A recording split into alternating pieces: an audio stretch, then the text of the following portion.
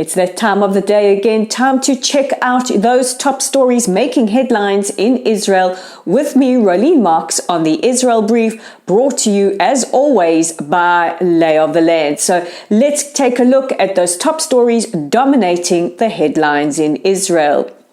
Condemnations have poured in from around the world, including from the United States, Sweden, the United Kingdom, Italy, the Czech Republic, the European Union, and others over the brutal murder of Eli Kay, Zichrono Livracha, of blessed memory, at the hands of a Hamas terrorist in the old city of Jerusalem. Kay, who was born in South Africa and made Aliyah or immigrated to Israel, was slain on his way to work as a tour guide at the Kotel or the Western Wall tunnels when a Hamas terrorist opened fire with a semi-automatic. But one country is significantly missing from the condemnations, and that is South Africa, the country of late Eli's birth. Yesterday, the South African Zionist Federation issued a statement condemning the government and calling on them to publicly condemn the terrorist killing that killed a South African national. The South African Zionist Federation said in its statement that the government or the Department of International Relations has previously condemned terror killings in Jerusalem and criticized the government for offering no assistance or not even offering their condolences to the grieving family.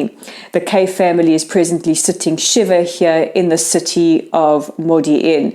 The South African Zionist Federation also called on the South African government to send their condolences and to offer assistance.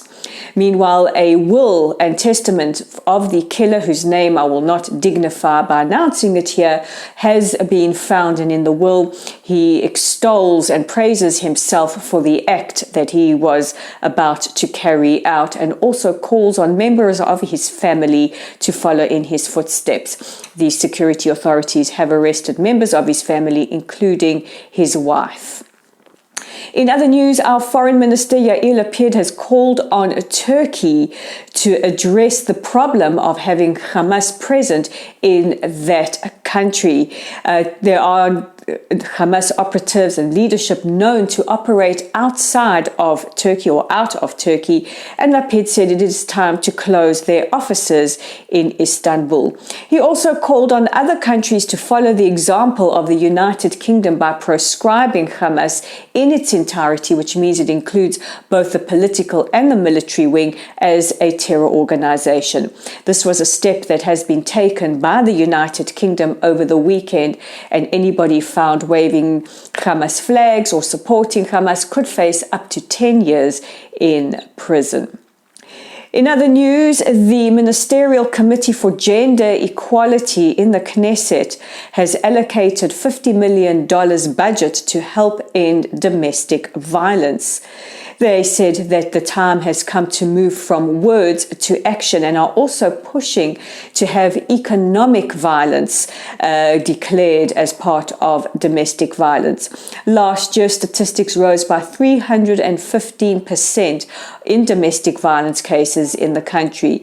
A lot of it has been attributed to lockdown situations because of the global pandemic. And sadly, this is also a trend that is evident around the world, not just in Israel.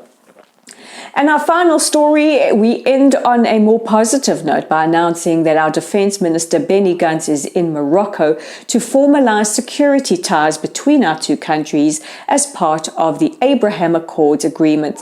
This will lay the foundation for security cooperation today and into the future.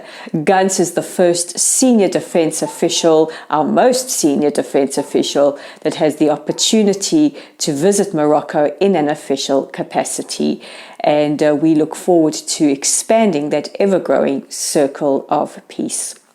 Those are your top stories, but don't forget to check out our website at www.layoftheland.online. You can read Rodney Mazinta's article, all about the miracle that is the state of Israel. It's up on our Facebook page at Luttel's site. While you are there, please give us a like, a follow, and share our content. It is our way of getting news from Israel out to the world. We are also on YouTube. Our channel is the Israel Brief, and we would love it if you are watching on YouTube to click that red subscribe button and like and share our content. In case you are looking for us on Twitter, we are there as well. You can find us at Lay of the Land with the digit 5. So with the Tuesday edition of the Israel Brief, I'm Rolene Marks, and we will be back again tomorrow with your top stories.